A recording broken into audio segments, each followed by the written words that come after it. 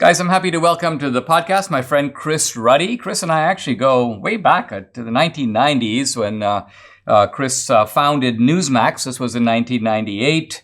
And today he's the CEO of Newsmax Media. And Newsmax.com consistently ranks as one of the country's most trafficked news websites. You can follow Chris on Twitter. It's Chris Ruddy, NMX. Or his website, which is just, of course, Newsmax.com. Chris, welcome to the podcast. Great to have you. Boy, Newsmax has come a long way since I think you and I first talked probably in the mid or late 1990s. You were just getting this going. I wrote some articles for the magazine, as I recall. Yeah.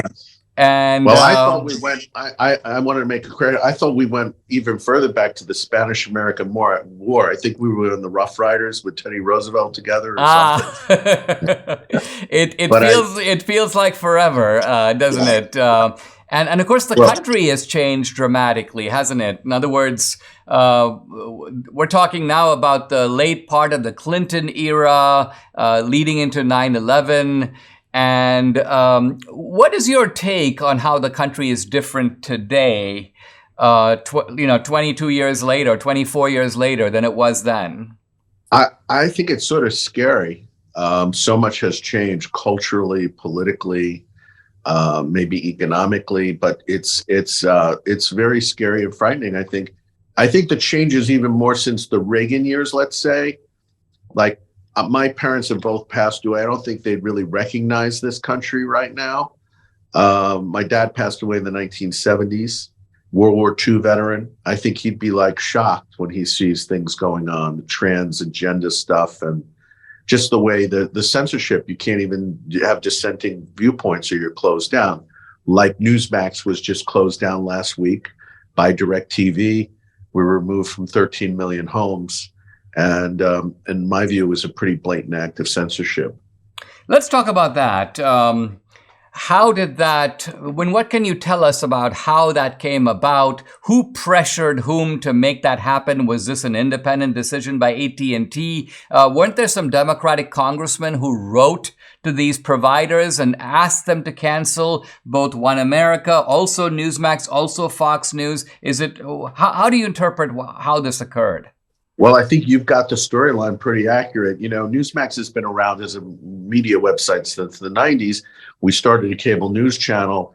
People didn't think we were going to succeed. We went on cable news, and in a few years, we got on every major cable system, including DirectTV.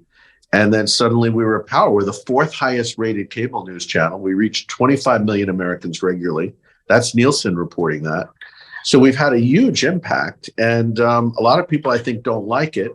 We know that after the 2020 election, Nancy Pelosi's Democrats actually wrote a letter to all the cable companies, including the head of AT&T, John Stankey. AT&T owns DirectTV, by the way, demanding to know why they had Newsmax, One America, and Fox News. They said we were spreading misinformation about the election, and they were asking when our contract expired.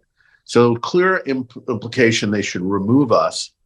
Very soon after that, DirectTV and AT&T deplatformed One America. They said it was a cost-cutting measure. And when they removed us from their signal last week, they said it was a cost-cutting measure. And that's a lot of baloney. They made $2.7 billion last year. And we can show you they have 22 liberal news channels that most of them have little ratings and get paid very high fees. As Ron DeSantis says, they always cut conservative channels that everybody's watching, but other channels that nobody watches gets paid a lot of money. And what is the way forward, Chris, when this sort of thing happens? I assume that now that we have a Republican House, isn't it the case that the House can put pressure on AT&T and say, hey, guys, can you account for this action? Are there some steps underway for that to happen? Are you optimistic it will get anywhere? Well, let me give you the background here. We were renewed. We were up for cable renewals this year, and we asked for a very modest fee of $1 per cable subscriber. CNN gets $14. Most channels get multiples of that. We have very high ratings. We should be getting about $5. So we were up for renewal last year, and we had hundreds of renewals done. 3 major agreements, including Verizon and Dish, renewed with us. And then we were up with DirectTV, and they said, we're not going to pay Newsmax a penny. We're not going to give you 1 cent. And it was a very clever, they'll say, well, we'll keep you on for free, but we're going to give you nothing. Well, it's very clever because they know you can't operate as a cable news channel unless you get fees. And they knew that the minute we accepted that deal, all our other cable rates would go to zero. So what they did was, and Kevin McCarthy has said this, Ted Cruz, they targeted Newsmax. They said, we're going to treat you differently than all other cable news channels. And we're going to deny you the fees that anyone else gets, a very modest fee. And it was a very clever way to deplatform us, demonetize us. And I think our answer going forward is to do the right thing, to tell the public what they did, be very transparent, and let people decide. You know, President Trump has come out and said he thinks it's disgusting, his word, what they did. And he's calling for Americans to cancel DirectTV and cancel their AT&T services, not just their TV things, but their wireless service, the cell phones. And we hear a lot of calls are going into both DirectTV and AT&T. And we have an easy number for people if they want to call. It's 877-Newsmax, 877-Newsmax, and they can get connected right away. What I find odd about all this, Chris, is that going back to the 1980s and 90s, you and I were raised in the kind of the libertarian way of thinking that basically said that companies exist to make a profit.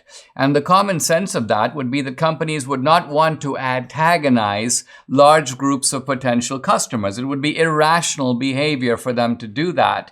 So why wouldn't AT&T respond to these Democrats and go, hey, listen, we've got 16 liberal stations on here, and then we have a couple of conservative ones. You know, go take a hike. We're not going to accede to your demands. Do you think it's the woke pressure inside of AT&T that is getting to the CEO and to the people on top and forcing them to succumb, kind of for the same reason that publishers don't want to publish conservative books, not because they don't sell, but because there's too much internal pressure not to put out that kind of book? Well, you think it's pressure, when you internal pressure. I think many of the people in these companies are now woke. They're totally disconnected. I don't even think a lot of people at AT&T or DirectTV watch Newsmax. They don't even know what we're doing, you know, so they're not covering it. They just believe what they read in the New York Times, that we're this, that, spreading misinformation.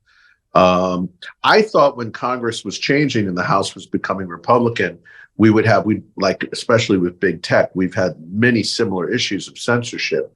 And I thought these companies like Google would ease up, but we haven't seen that. They're not afraid of the Republicans in Washington. They're not afraid. They're not afraid of the public pressure. They go ahead. They're going to lose probably hundreds of millions of dollars of equity value for dropping Newsmax, and it would cost them a tiny little fraction of that to keep us. But they don't care. This is a company under John Stankey. It lost $50 billion in the acquisition of DirectTV so far. They've lost $100 billion, according to the New York Times, in the Time Warner merger they've done. The current CEO, John Stankey,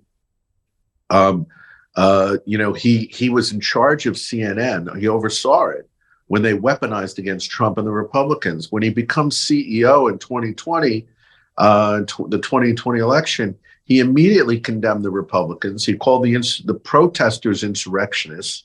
He banned AT&T from giving money to Republican congressmen at the time. I mean, this is not, I thought in the old days, you know, you had a big company, you basically stayed out of politics. I mean, that was the rule, whether you're woke or this or that, just stay out of it. It's a neutral, like you said, it's just about making money, and it should be neutral. I think most people want that. And they're not neutral. They're activists. They are protagonists. They're antagonists. And it's up to the public to respond. And that's why I'm speaking out. Well, this is, I think, just one indicator of the way in which the country has changed since the old days. Hey, Chris Ruddy, thank you so much for coming on the podcast. I really appreciate it. Dinesh, thank you so much. We'll keep you informed. Thank you.